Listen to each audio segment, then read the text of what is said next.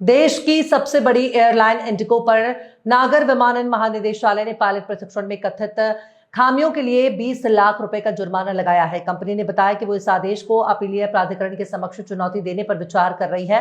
Indigo ने बुधवार को शेयर बाजार को दी सूचना में कहा कि उसे 26 सितंबर को डीजीसीए में जुर्माने के संबंध में नोटिस मिला। ये जुर्माना श्रेणी सी हवाई अड्डों पर पायलटों के प्रशिक्षण के लिए उपायुक्त सिमुलेटर के उपयोग में कथित विफलता के लिए लगाया गया है। सोमवार को प्रकाशित एक रिसर्च नोट के मुताबिक ब्रोकरेज फर्म गोल्डमैन सैक्स ने दिसंबर 2026 सोने की कीमत और बढ़ने का अनुमान लगाया। ब्रोकरेज का कहना है कि आने वाले समय में सोना $4,300 से बढ़ाकर $4,900 प्रति औंस तक पहुंच जाएगा। सोने की कीमत में इसी तेजी की वजह से पश्चिमी देशों में गोल्ड बेस्ड ईटीएफ्स में निवेश में तेजी और केंद्रीय बैंकों की लगातार सोने की खरीद को बताया जा रहा है।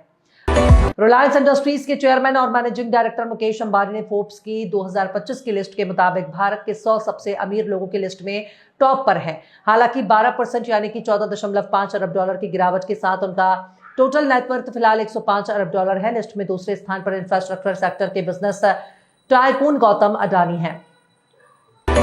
10 अक्टूबर 2025 को देश भर में करवा चौथ का व्रत मनाया जाएगा। इस दिन शाम में श्रृंगार कर महिलाएं करवा माता की पूजा करेंगी और फिर चंद्रोदय होने के बाद चंद्रमा की पूजा की जाएगी।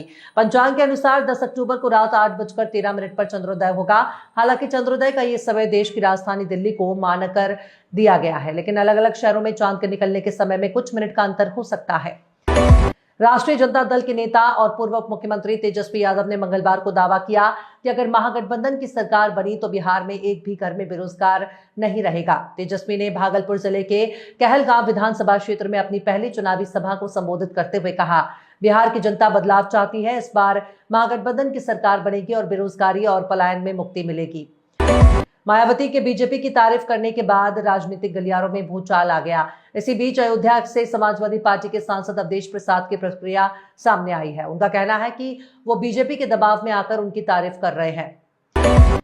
दीपावली और छठ पर्व पर यात्रियों की बढ़ती भीड़ को देखते हुए रेलवे प्रशासन ने नई दिल्ली रेलवे स्टेशन पर बड़ा बदलाव किया है। स्टेशन पर यात्रियों की सुविधा और भीड़ नियंत्रण के उद्देश्य से लगभग 1 दर्जन ट्रेनों के प्लेटफॉर्म में अस्थायी बदलाव किया गया है।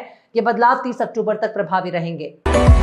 शुभमन गिल भारत की टेस्ट टीम के कप्तान बनने के साथ ही अब वनडे के भी कप्तान बन दिए गए हैं। ऑस्ट्रेलिया के खिलाफ वनडे और टी20 के लिए टीम इंडिया का ऐलान हो चुका है। इसके साथ ही ओडीआई की कप्तानी रोहित शर्मा की जगह शुभमन गिल को सौंप दी गई है। ऑस्ट्रेलिया दौरे से पहले गिल ने अपनी कप्तानी करियर का ब्लूप्रिंट तैयार कर लिया है। बीते लगभग 6 दशकों से अमिताभ बच्चन अपने फैंस का मनोरंजन कर रहे हैं। 82 की उम्र में भी उनकी एनर्जी और ऐसी पर्सनालिटी सभी को दीवाना बना लेती है। आज भी वो इंडस्ट्री में एक्टिव हैं और अपनी फिल्मों में थिएटर्स को हाउसफुल बना देते हैं। अब अगले साल के लिए भी सदी के महानायक ने अपनी कमर कस ली है और अब वो कई जबरदस्त फिल्मों के सीक्वल से बॉक्स ऑफिस पर कहर बरपाने वाले हैं।